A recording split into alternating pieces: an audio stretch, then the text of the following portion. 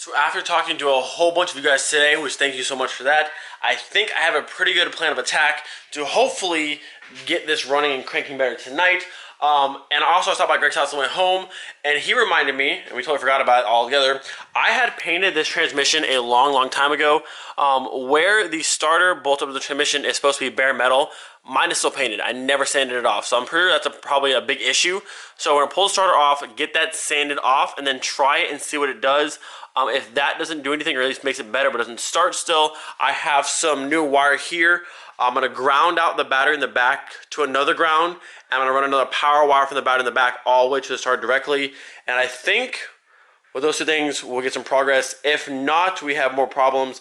I spoke to to Junior, who built the engine. He assured me, he built VR6s before, he assured me the engine's in time.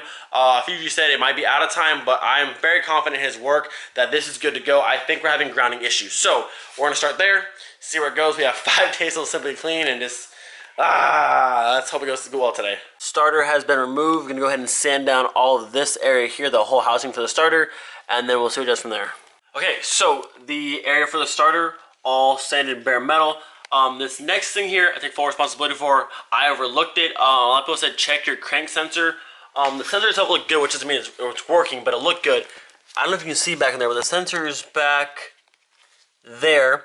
A long time ago, and I actually don't even remember when I did it, but I painted the nut or the screw for that sensor black, so there's paint on that sensor when it's supposed to be metal to metal. So I'm gonna pull that out, sand that to bare metal, and I think that's a lot of our issues, because the car is wanting to turn over, but it's just slow. I think we're having a lot of ground issues. So I'm gonna make sure all of the rest of the bolts aren't painted or sanded smooth, and just try and get everything bare metal as possible where there's kind of connections going to it, and then we'll try and start it. But I think we're on a good path. Got the crank sensor here out, and then this is the nut. There's still some paint on it, not as much as I thought, but still could cause an issue. So we're gonna clean this off, clean this off, and make sure the block clean off again. I did clean off the block already, but I'm gonna hit it again and just make sure all of my knock sensors, anything like that, is bare metal to metal. I think we are just about ready to try and start it.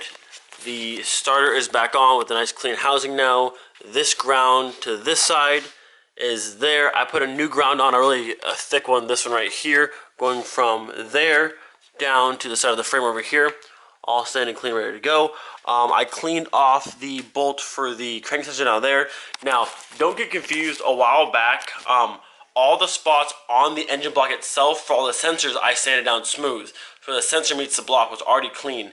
Now the bolt for this one, holding the sensor, there's like another metal contact point, that had paint on it still. So I don't know if that was actually doing anything.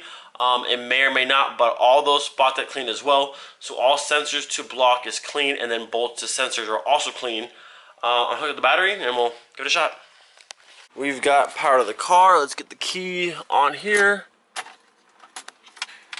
Alright, let us do a thing and we'll try and start it. Alright, quick pause before trying to start the car. I was wondering why the oil light kept flashing. This car, the VR6, takes 6 quarts of oil. On Sunday, I had Larry put oil in the car, putting 0 blame on Larry at all.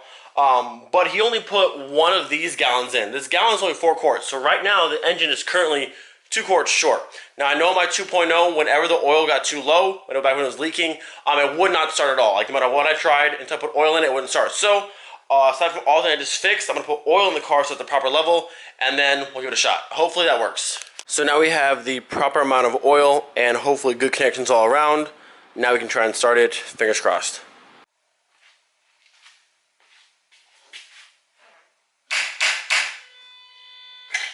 Nothing. Alright, so all of that did nothing, same result as yesterday. Actually, yesterday was better today, because yesterday it actually was spinning and it sounded like it wanted to start. So now I'm going to try and run a power wire from the battery in the back up to the starter directly, and then we'll just keep going on. Check it off the list. Alright, so I'm in the middle of running my next power line from the starter straight to the battery. Mind the wire that's on the side of my car. It's just temporary.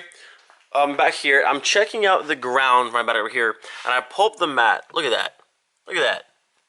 It's all rusted, and I don't even know how it's wet down there, but that's a huge problem. So I'm going to go ahead and move this ground. That's probably why the car started slow, and this is probably a big reason why it's not starting now. I'm trying to start on fire, honestly. And you know, I would say this, I'm sure a lot of people make YouTube videos wouldn't even show you that, but I'm straight up with you guys. This is my first time doing all of this stuff, and I keep it real with you guys all the time. So that's rusted and looks terrible back there. We need to fix that. So hopefully after this power wire to the back, I fix that ground back there and add another ground off the battery. Maybe we'll make some progress after that. Maybe that's why we're not getting power and there's no grounding because it's half rusted out. So just keeping it real. It's 10 o'clock now or so, and we're just trying to get it running. The ground in the back is fixed and hooked up the power line from the back to the front. Let's try here again.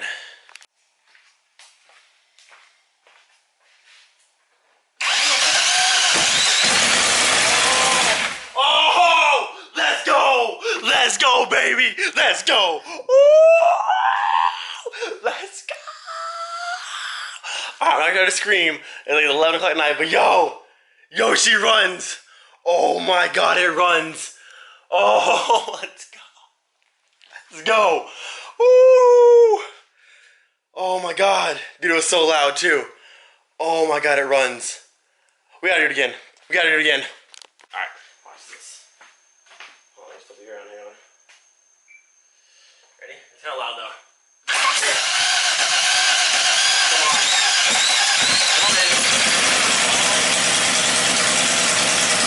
Oh, baby, let's go. Okay. She lives. Oh, dude, it's loud too, but she lives. So all in all, maybe all the stuff I did up front might have mattered or might have not mattered at all. But the biggest thing was fixing that rusty ground in the back and adding this extra power to the front. The problem is what Jerome was saying on the phone just a minute ago. The gauge wire I have that we ran a while back from my battery from the back to the front is like speaker wire. It's not thick enough. So what I'm going to do tomorrow is get actual thick, like whatever it's zero gauge, the actual battery wire itself. You use your car terminal. Run that from the back to the front for the power. The ground should be fine in the back now that I've moved it. And then we should be good to go. The reason why it's so loud right now, it's like a tractor, is because I'm pretty sure I bolted up the two front bolts on each header. The back one I couldn't really get to, so it's open on the back side, which is why it's so loud. But either way, the car freaking lives. It lives. We haven't drove it yet, but it does turn on, which is a huge, huge step in the right direction. So now we can go ahead and tomorrow I'll get the wire. Once I have that, we can get through, hopefully getting it starting on a regular basis, which is doing now, which is nice. And then get this car assembled. We got 5 days, boys and girls, 5 days. Oh my God, we're gonna make it, fingers crossed. Hopefully, I need wood. Where's wood? There's wood. We're gonna hopefully make it, fingers crossed, but what a weight off my shoulders. Wow. Getting the very bottom bolts on a VR6 header, the bolt up, is extremely difficult. At least on mine is because my exhaust, like I said, it was very tight, and it's like pulling forward and pulling backwards to get that bottom bolt to sit flat.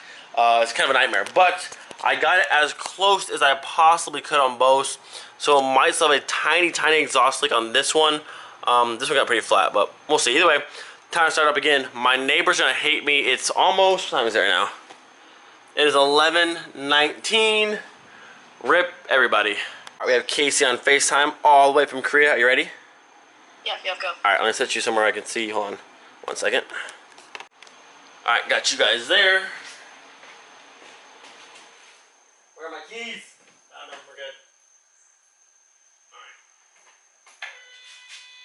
Let's let it do a thing real quick. Hopefully it still starts after all this. Where's my... Wait for it, wait for it, wait for it. Please still start. Please still start. Please still start. Come on, baby.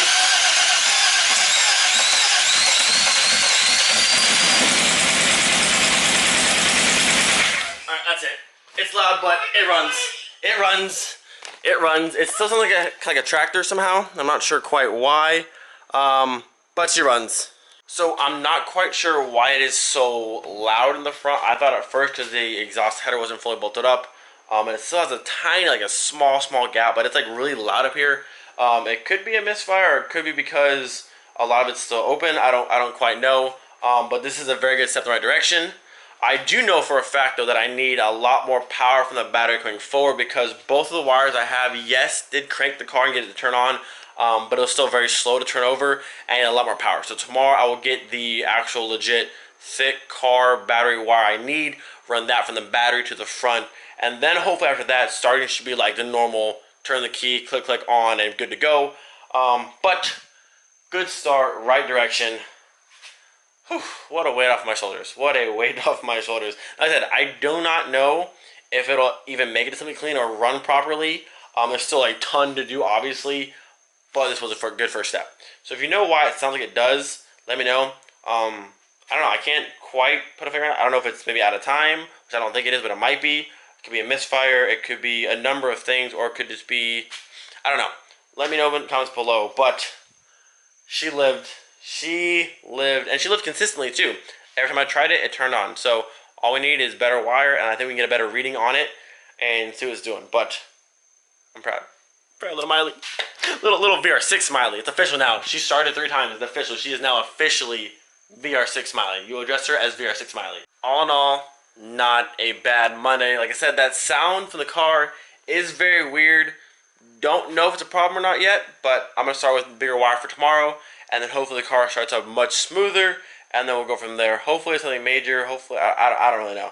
Like I said, I'm not an expert on VR6s or engines in general, just being honest with you guys.